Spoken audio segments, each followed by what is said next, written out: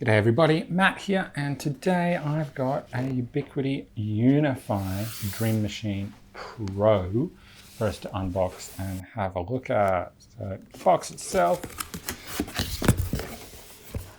right in the top here, we've got our little accessories box. Inside we've got the power cable,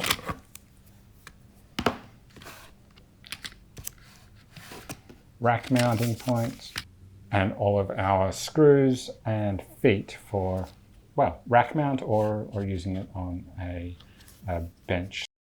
On the box itself is basically our quick start guide.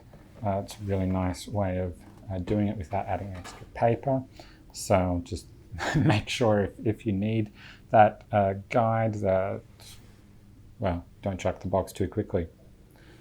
Obviously, we also have the unit itself, the Dream Machine Pro. So let's take a closer look at that, shall we? On the front of the unit here, we've got two SFP ports. One's a 1 port, one is an internal network port, as well as a 1 Ethernet port and 8 internal Ethernet ports. This little bay here that I'm just moving the tape for, that's for adding a hard drive into the Dream Machine if you need to. It supports both 3.5-inch and 2.5-inch drives, SATA drives that is, SATA.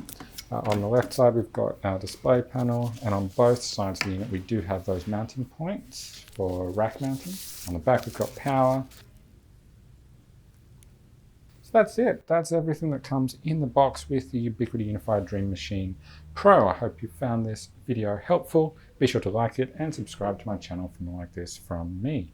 Ciao for now.